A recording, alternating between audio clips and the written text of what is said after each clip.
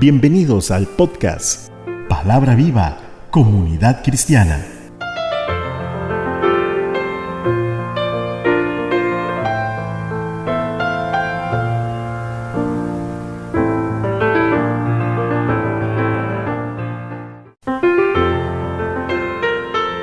Hoy, con Cecilia Alpizar.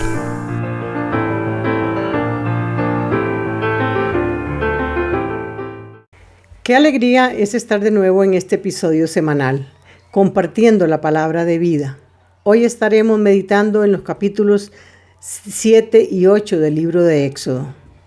Vamos a analizar un enfrentamiento entre la voluntad de Dios Padre y la obstinación del enemigo para mantener soberanía sobre el pueblo de Dios y subyugarlo a la esclavitud. Sin duda, siempre veremos el triunfo del bien ante el mal, porque Dios es todopoderoso. Dios, danos sabiduría para entender tu palabra y aplicarla en nuestro diario vivir. Que así sea en el nombre de Jesús. Amén. El poder ante la obstinación. Éxodo capítulos 7 y 8. Dios mostró una asombrosa paciencia con su siervo Moisés. Después del enojo ante las constantes negativas de Moisés al final del capítulo anterior. Aún así, Dios ni siquiera lo castigó, simplemente le dijo qué hacer. Lo preparó para su misión. Esto es todo un gran ejemplo de las riquezas de la misericordia de Dios para con sus hijos. Moisés se presenta ante Faraón con convicción y denuedo. Dios le da autoridad y establece a Aarón, su hermano, por profeta.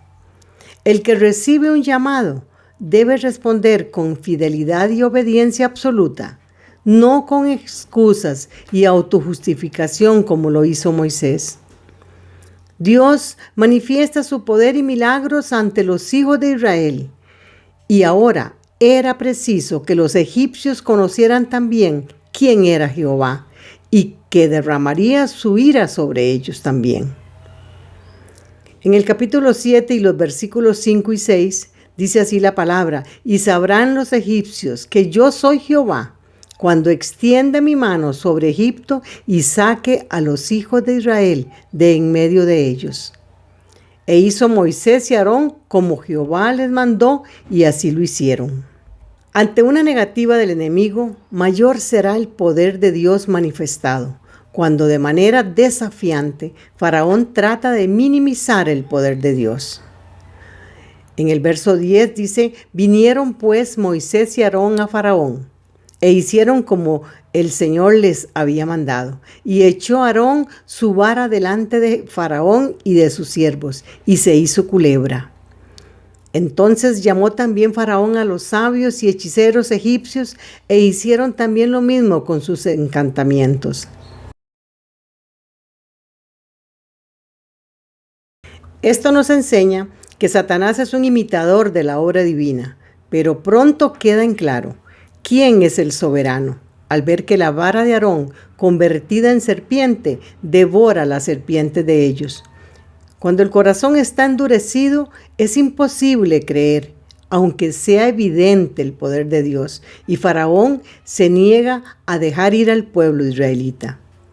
En el verso 19 encontramos la primera de las 10 plagas, la transformación del agua en sangre.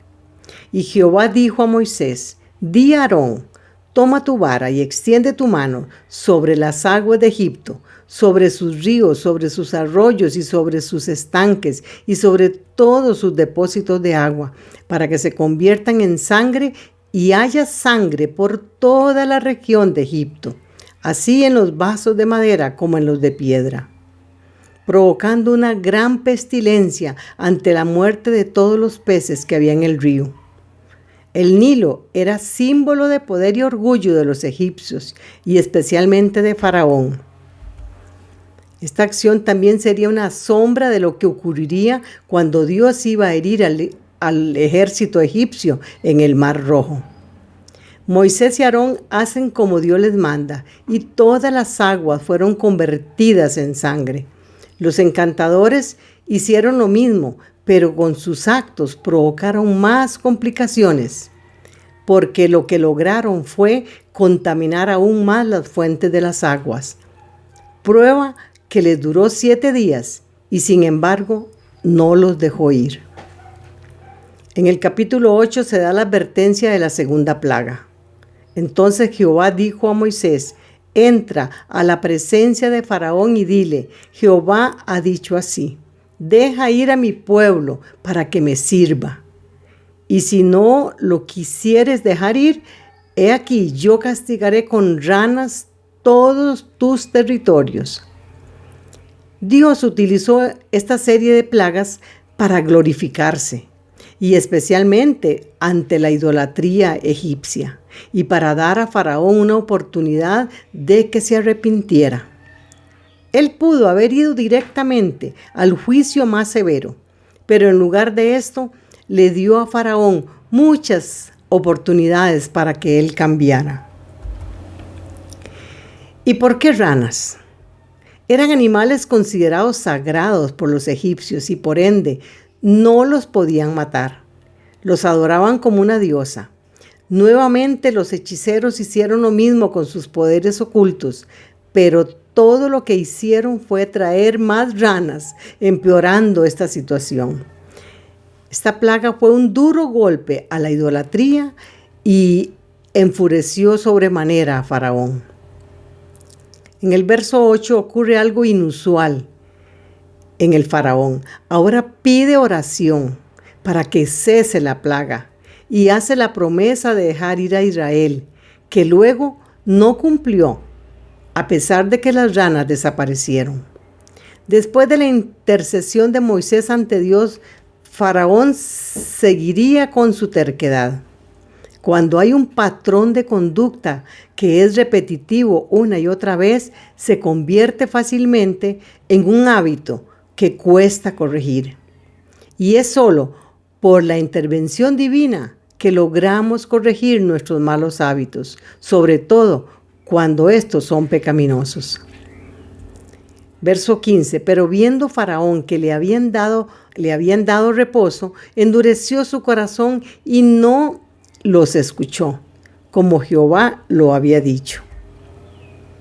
Y ante la constante negativa de Faraón, Dios envía la tercera plaga.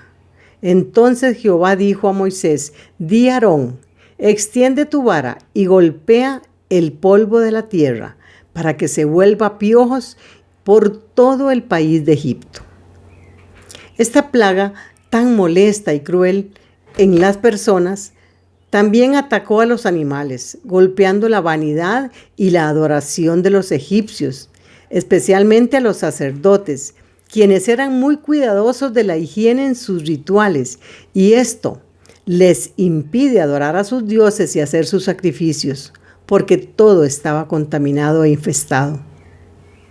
Algo importante de recalcar es que ya en esta plaga, por más que lo intenten los hechiceros, no logran imitarla, porque el poder de Satanás es limitado. Teniendo ellos que reconocer en el verso 19, entonces los hechiceros dijeron a Faraón: dedo de Dios es este. Mas el corazón de Faraón se endureció y no los escuchó como Jehová lo había dicho. De nuevo Moisés se dirige a Faraón, pidiendo que deje ir al pueblo para que le sirva. En el verso 21 dice: porque si no dejas ir a mi pueblo, he aquí yo enviaré sobre ti, sobre tus siervos, sobre tu pueblo y sobre tus casas, toda clase de moscas. Las casas de los egipcios se llenarán de toda clase de moscas, y asimismo la tierra donde ellos estén.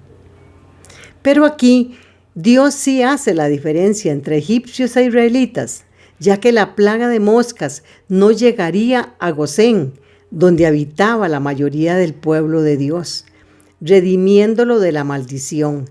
Y Faraón debía notar la diferencia entre el pueblo de Dios y los egipcios. Egipto, prototipo del mundo. Pero ni aún así accede a la liberación. Si solamente dejáramos obrar al Espíritu Santo en nosotros sin poner obstáculos, Él pondría en efecto una división interna donde nuestros gustos y deseos, nuestras esperanzas y anhelos serían diferentes y estaríamos alertas en las diferencias que existen entre el mundo y nosotros. Fue una plaga terrible que corrompió y quitó la paz de todos los egipcios. Faraón trata de negociar con Moisés para que ofrezcan sacrificios a Dios en el desierto, pero sin salir de Egipto, de manera que él no perdiera su control. Con el enemigo no se negocia, ya que de alguna manera seguirían esclavos y la única manera de lograr la libertad es salir de esa tierra malvada en donde no se comparten los mismos valores. Y nuevamente Faraón miente cuando Dios le quita el tormento de la plaga de moscas. Muchas personas se vuelven a Dios en tiempos de calamidad y cuando mejoran, de inmediato vuelven a endurecer su corazón hacia Dios. Hemos aprendido que el mundo nos tienta, diciéndonos que si cedemos un paso a sus costumbres, ellos también lo harán y que nada pasa. Pero el resultado es funesto. Debemos hacer las cosas a la manera de Dios únicamente, o nos veremos enredados en una maraña que nos impedirá la verdadera libertad. Dios de toda gracia, reconocemos que no es fácil rechazar las propuestas del mundo y obedecer a tu palabra en todo momento. Danos discernimiento espiritual y sabiduría para poder lograrlo. Ayúdanos a confiar solamente en ti y no poner excusas por nuestras debilidades, sabiendo que incansablemente el enemigo, el diablo, no se dará por vencido e intentará una y otra vez mantenernos atados. Pero nosotros, agarrados de tu mano, Señor, venceremos. Así te lo pedimos, Padre, en el nombre de Cristo Jesús. Amén. Nos veremos en el próximo episodio, si Dios lo permite. Soy Cecilia Alpizar desde Santa María de Dota, San José, Costa Rica. Dios me les bendiga mucho.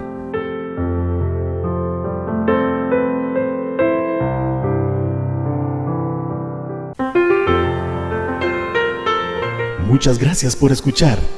Recuerde escribirnos al correo palabravivacomunidadcristiana@gmail.com.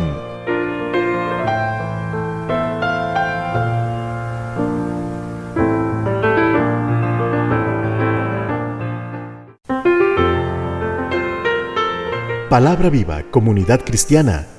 Todos los derechos reservados.